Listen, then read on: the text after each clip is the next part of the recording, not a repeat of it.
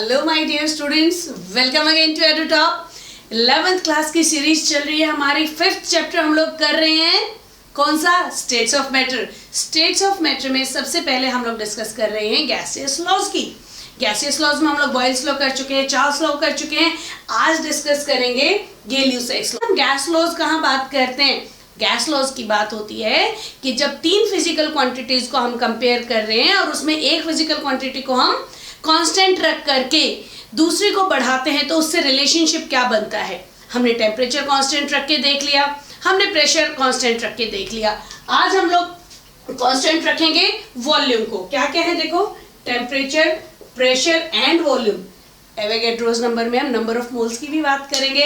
अभी हम लोगों ने किसको, इस वाले में हमने किसको कांस्टेंट रखा? वॉल्यूम को कांस्टेंट रखेंगे। अगर हम लोग वॉल्यूम कांस्टेंट रखते हैं तो किसी भी गैस का टेम्परेचर बढ़ाएंगे तो क्या होगा? टेम्परेचर और प्रेशर का रिलेशनशिप बहुत इजी है, सुपर इजी है। मान लो मैं किसी गैस का टेम्परेचर बढ़ा देती हूँ, प्रेशर क्या होगा? वॉल्यूम कांस्टेंट रखा है, एक डब्बा है, बक्सा है, बंद है। ये तो अब जब हम लोग छोटे छोटे थे तो करते थे ना, बंद डब्बा लिया और उसको गर्म करने लग गए। बंद डब्बा मतलब उसके अंदर गैस तो थी, गैस एक्सपैंड करेगी। वॉल्यूम सेम है क्योंकि उसको एक्सपैंड करने की जगह नहीं मिल रही, और जगह नहीं मिल रही तो एक्सपैंड करेगी तो प्रेशर एक्सर्ट ज्यादा करेगी, है ना। तो डायरेक्टली प्रोपोर्शनल टू प्रेशर है। अभी देख लो, हम लोग इसको ऐसे बोल सकते हैं, किसी भी गैसेस में अगर हम लोग उसकी वॉल्यूम को कांस्टेंट रखते हैं तो प्रेशर का और टेम्परेचर का रिलेशनशिप क्या होगा? Pressure is directly proportional to temperature. जितना टेम्परेचर बढ़ेगा उतना ही प्रेशर बढ़ेगा। Pressure is directly proportional to temperature. अब अगर हम इसी इक्वेशन को कैसे लिख सकते हैं? P upon T is equal to constant, है ना। प्रोपोर्शनलिटी कांस्टेंट हटाना है हमारे को, और यहाँ पे क्योंकि हम तीसरा लॉ कर रहे हैं तो हमने कांस्टेंट को नाम दे दिया K3। तो इसी को अगर मैं करना चाहूं तो क्या हो जाएगा? P1 upon T1 is equal to P2 upon T2 हो जाएगा। एक और रिलेशनशिप बन गया, P1 upon P2 is equal to T2 upon T1, या फिर P1 upon T1 is equal to P2 upon T2। एक और रिलेशनशिप बन गया। किसका भला?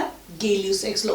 गैलियो-सेक्स लॉ क्या कह रहा है? ये कह रहा है कि अगर हम किसी भी गैस का वॉल्यूम कांस्टेंट रखते हैं और उसके टेम्परेचर को बढ़ाना शुरू करते हैं तो प्रेशर क्या होगा? नो डाउट बढ़ेगा। बहुत ही कॉमन सेंस है, पता था ना।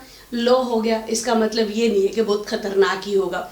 बहुत इजीली इन चीज़ों को हम लोग सॉल्व कर सकते हैं, और इसके न्यूमेरिकल्स अभी आप देख चुके हो कितने इजी हैं। एक और न्यूमेरिकल करेंगे, उससे पहले हम लोग इसको करके देख लेते हैं, ग्राफ बना के देख लेते हैं, ग्राफिकली रिप्रेजेंट कर लेते हैं। ठीक है, ग्राफिकली रिप्रेजेंट करेंगे तो मैंने ये ग्राफ बनाया, प्रेशर और टेम्परेचर का रिलेशनशिप। मालूम है, प्रेशर बढ़ेगा, टेम्परेचर बढ़ेगा, टेम्परेचर बढ़ेगा, प्रेशर बढ़ेगा, है ना। तो अगर हम लोग अलग अलग वॉल्यूम पे हम लोग गैसेस का चेक करते हैं, अलग अलग वॉल्यूम पे, वॉल्यूम फिक्स्ड है, अलग अलग वॉल्यूम पे हम चेक करते हैं तो नो डाउट जितना ज्यादा होगा वो नजर किस में आएगा? वॉल्यूम। ये V1 ले लिया हमने, ये V2 ले लिया एंड ये V3 ले लिया। ग्राफ से सिग्निफिकेंट है, V2 जो है V1 से ज्यादा है, ये इस तरह से आप देख पाओगे, ज्यादा बढ़ेगा। ठीक है, relationship. Now this is it. अभी इसको कंटिन्यू करने के लिए इस लॉ को लॉ से रिलेटेड एक न्यूमेरिकल भी सॉल्व करके देख लेते हैं। न्यूमेरिकल सॉल्व करेंगे, इजीली चीजें कंक्लूड हो जाती हैं, है ना। न्यूमेरिकल्स ज्यादा इंपॉर्टेंट है, छोटे छोटे लॉज है, न्यूमेरिकल करते हैं। देखो, एक क्वेश्चन मैं यहाँ पे लिख चुकी हूँ आप लोगों के लिए। अब इस क्वेश्चन को सॉल्व करके देखते हैं। मैंने पहले भी बताया है न्यूमेरिकल सॉल्व करने का तरीका कुछ नहीं, सबसे पहले गिवन लिख लो। इंफॉर्मेशन क्या दी हुई है एक बार चेकआउट करो, गिवन लिखो एंड गिवन से आपको सब पता चल जाएगा। यहाँ पे हम सॉल्यूशन करते हैं, उससे पहले मैं चेक करती हूँ कि लिखा क्या है। A chamber of constant volume contains hydrogen gas. Volume क्या हो गई? कांस्टेंट हो गई, हमें पता चल गया कांस्टेंट वॉल्यूम है, यानी कि वॉल्यूम का कोई लेना देना नहीं है, चेंज नहीं हो रही है। क्या भरा हुआ है? हाइड्रोजन हो, चाहे जो मर्जी गैस हो, हमें उससे कोई लेना देना नहीं है। गैस कोई भी, हाइड्रोजन हो, कार्बन डाइऑक्साइड हो, ऑक्सीजन हो, कुछ भी हो, सेम रूल फॉलो करेंगी, तो ये इससे कोई लेना देना नहीं है। चलो जी, when the chamber is immersed, जिस चैम्बर के अंदर वो गैस भरी हुई है वो बाथ ऑफ मेल्टिंग आइस में डाला हुआ है। मेल्टिंग आइस का टेम्परेचर 0 डिग्री होता है, वो यहाँ पे गिवन भी है, ठीक है।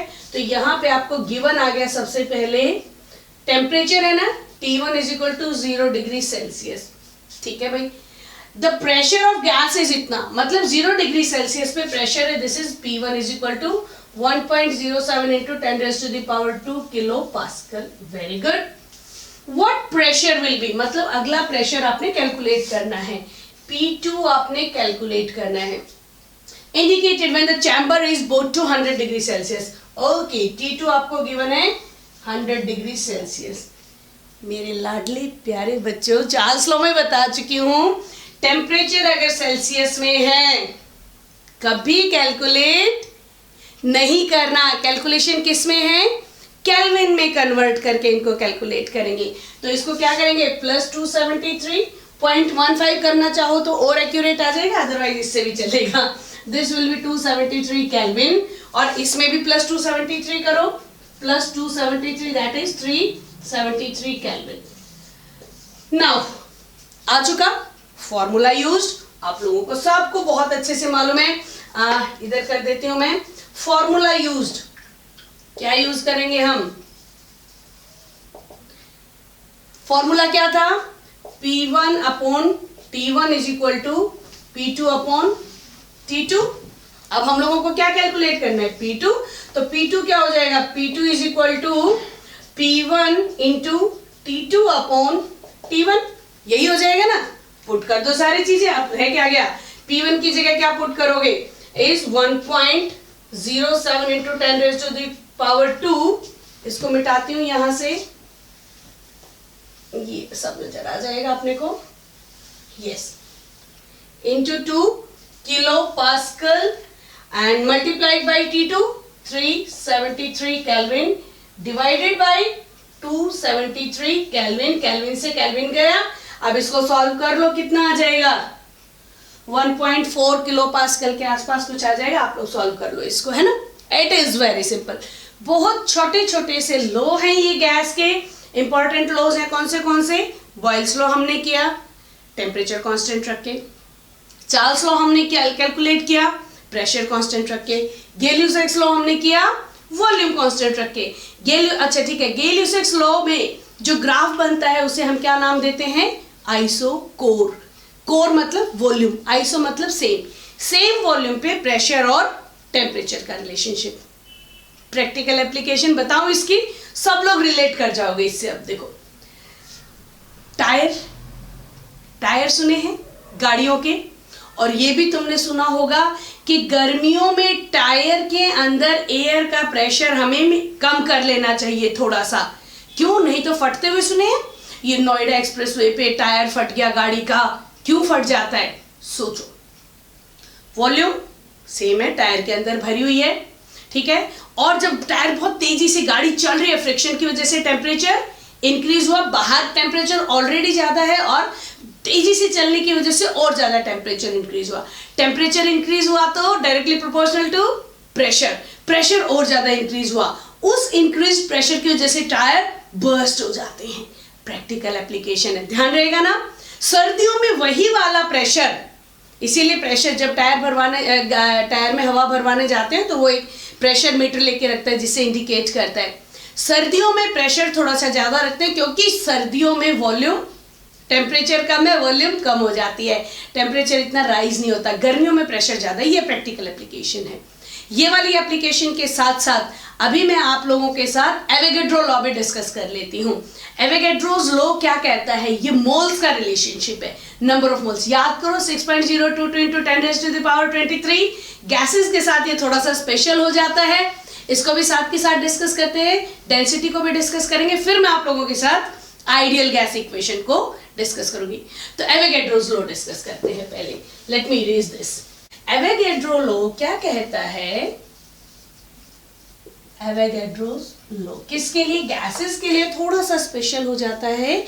वैसे तो हम लोग जानते हैं एवोगैड्रो नंबर को, तुम लोग मोल कॉन्सेप्ट में जान चुके हो, 6.022 into 10 raise to the power 23 molecules जो होते हैं, ठीक है, particles is Avogadro's number N nought से डिनोट करते हैं हम लोग, इसको एन ए से भी डिनोट करते हैं।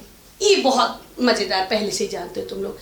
अब हम लोग क्या कहते हैं, अब हम लोगों ने क्या जाना एवोगैड्रो लॉ में, वो ये कहते हैं अगर इक्वल वॉल्यूम ऑफ गैसेस हैं, इक्वल वॉल्यूम ऑफ गैसेस हैं, तो एवोगैड्रो के हिसाब से उनमें नंबर ऑफ मॉलिक्यूल्स सेम रहेंगे, यानी कि 1 मोल ऑफ गैसेस की वॉल्यूम सिमिलर रहेगी।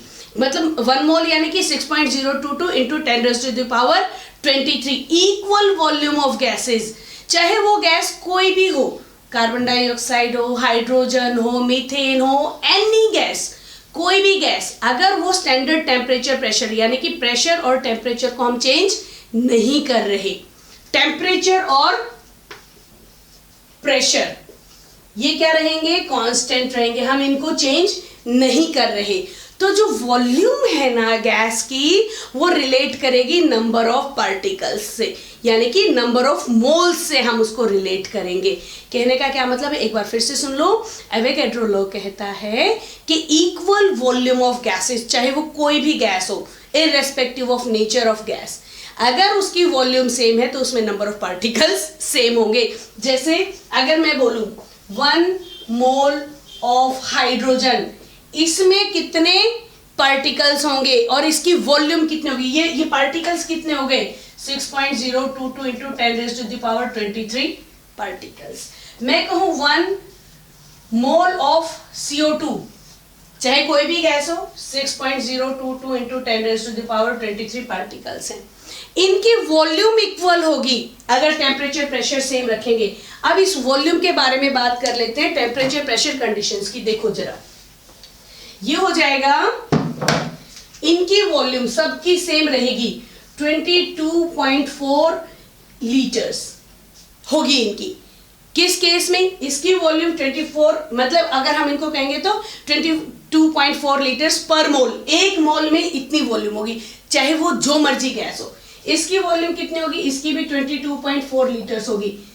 प्रेशर और टेम्परेचर देखो कौन सा, इसमें अगर मैं टेम्परेचर लूं 0 डिग्री सेल्सियस और प्रेशर लिया जाए 1 एटमॉस्फेरिक प्रेशर 1 atm, ध्यान रखना 1 atm और 0 डिग्री सेल्सियस पे किसी भी गैस की वॉल्यूम हमेशा 22.4 लीटर्स होगी, चाहे वो हाइड्रोजन हो, ऑक्सीजन हो, कार्बन डाइऑक्साइड हो, एनी गैस, ठीक है। और यहाँ पे और 2-3 चीजें और बता देती हूँ, कई बच्चों की बुक में ही लिखा हुआ है 22.7, वो कब होता है, टेम्परेचर और प्रेशर। टेम्परेचर 0 डिग्री सेल्सियस है एंड प्रेशर है 1 बार प्रेशर हो गया, तो उसकी वॉल्यूम कितनी हो जाएगी, 22.7 लीटर्स। और अगर टेम्परेचर है 25 डिग्री सेल्सियस और प्रेशर है 1 बार, तो गैस की वॉल्यूम हो जाएगी 24.7 लीटर्स। ये आप लोगों ने ध्यान रखना है कि टेम्परेचर और प्रेशर कितना गिवन है। ये स्टैंडर्ड टेम्परेचर एंड प्रेशर्स पे वॉल्यूम हो जाती है गैसेस की। एवोगैड्रो लॉ ये कहता है equal volume of gases contains equal number of particles irrespective of nature of gas, चाहे वो कोई भी गैस हो। चलो इसको एक बार एक्सपेंड करके देखते हैं फिर। चलो, इस हिसाब से टेम्परेचर और प्रेशर तो चेंज नहीं हो रहा, वॉल्यूम किस पे डिपेंड कर रही है, नंबर ऑफ मोल्स से। तो volume is directly proportional to number of moles. तो यहां पे कांस्टेंट एक और क्या ले आए, K4 नंबर ऑफ मोल्स हो गया। नंबर ऑफ मोल्स को भी एक्सपेंड कर लेते हैं। नंबर ऑफ मोल्स तुम्हें मालूम है ना, गिवन मास अपॉन मोलर मास, है ना। गिवन मास को हम लोग कई बार स्मॉल m से डिनोट करते हैं, कभी हम W से भी डिनोट करते हैं, और मोलर मास को हम किससे डिनोट करते हैं, कैपिटल M से। तो m can be given as small m, लिख लेते हो। चलो, given mass upon molar mass capital M। चलो इसको पुट करते हैं यहाँ, V is equal to K4n की जगह स्मॉल m अपॉन m। कुछ और करें, रीअरेंज, इसको यहां ले जाते, खेलना ही तो है चीजों को। मास को अगर यहां ले जाए तो क्या हो जाएगा, K4m अपॉन, कुछ याद आ रहा है क्या, मास अपॉन वॉल्यूम देख के कुछ याद आ रहा है, आ गया ना।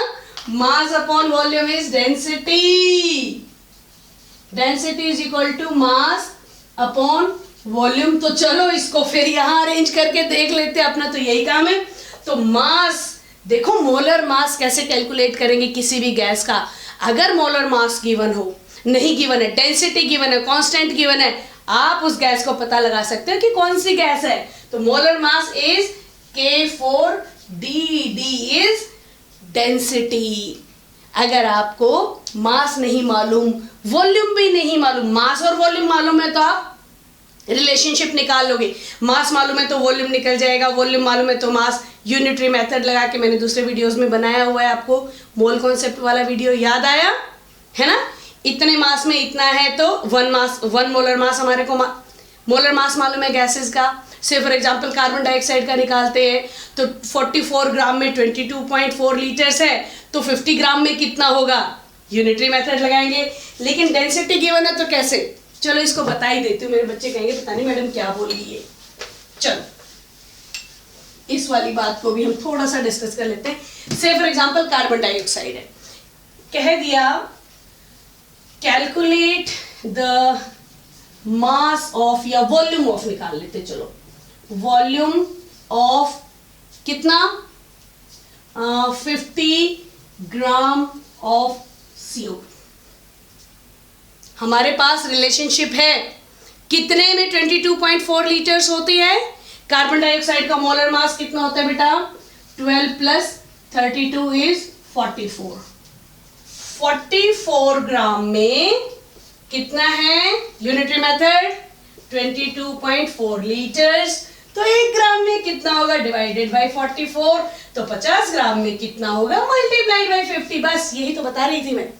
ये रिलेशनशिप तो हम लोग मास और वॉल्यूम का रख सकते हैं, बिकॉज हमें फिक्स मालूम है कि अपने मोलर मास में कोई भी गैस 22.4 लीटर होती है स्टैंडर्ड टेम्परेचर प्रेशर पे। डेंसिटी गिवन हो तो volume is equal to constant into density. ये छोटे छोटे से लॉज थे, इन लॉज को सबको मिला करके अब एक में कंबाइन करके एक लॉ की बात करेंगे, that is ideal gas equation. बहुत इंपॉर्टेंट है, उससे बहुत सारे न्यूमेरिकल्स आते हैं। आप लोग कंटिन्यू करते रहिए, बने रहिए। एडुटॉप ऐप को डाउनलोड कर लीजिए। ऐसी ही बहुत ज़्यादा एक्साइटिंग और लाइव क्लासेस के लिए डाउनलोड कर लो, जल्दी से आ जाओ। सेशन शुरू हो चुका है, बहुत मजे करेंगे। Till then good bye.